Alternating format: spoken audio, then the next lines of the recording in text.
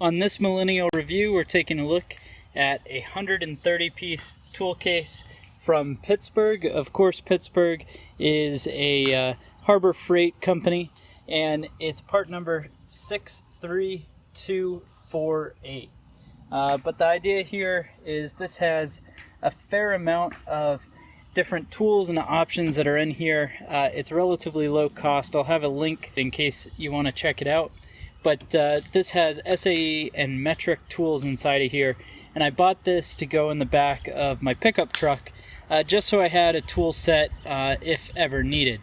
Now, I do still have it in its packaging here, but I've actually used this a couple of times since purchasing it, but I wanted to hold on to the packaging because Harbor Freight has their satisfaction guarantee, so if you don't end up liking it, you can actually take this stuff back. So Harbor Freight can be a good place to shop for cheap tools. Now, the case, it's blow molded plastic. It does work well, but you'll see the issue that happens every time, and so it varies. It's not just these tools that fall out of the spot, but different ones do. You know, usually these guys come out as well. But you know, that's to be expected with a relatively cheap blow molded case. Now, taking a look here, we'll go over some of the tools and actually pop them back into place. But the tools here, it's got a nice variety. So you've got your Phillips, your flat blades, different sizes, as well as the stubby options. You've got a socket driver here.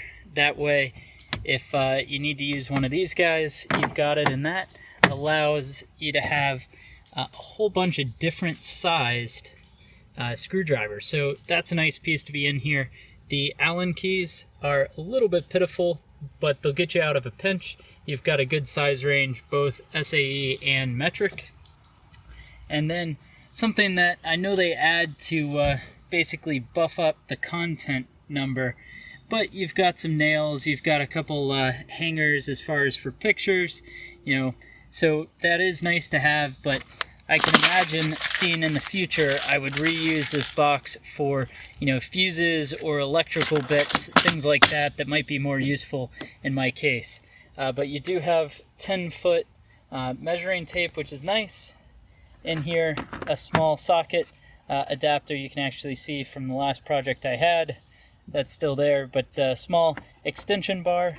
And then what is nice is it does come with a 5/8 spark plug socket. So you've got the rubber insert inside of there. That should be helpful. Longer extension bar, a pitiful but useful hammer. And you know, the part that's not surprising but should be kept in mind is this is going to be a very basic ratchet mechanism. But I guess for the price and what you're getting, I'm not sure what else you would expect. Now in here, you're going to have quite a few different sockets. As you can see, they are loose, so they do come out pretty easy. But that does also mean you need to be really careful when you open this up so that that side is down so they don't run away from you. And then finally, you're going to have, you know, a set of combination wrenches, a closed end, open end, and overall, not too bad.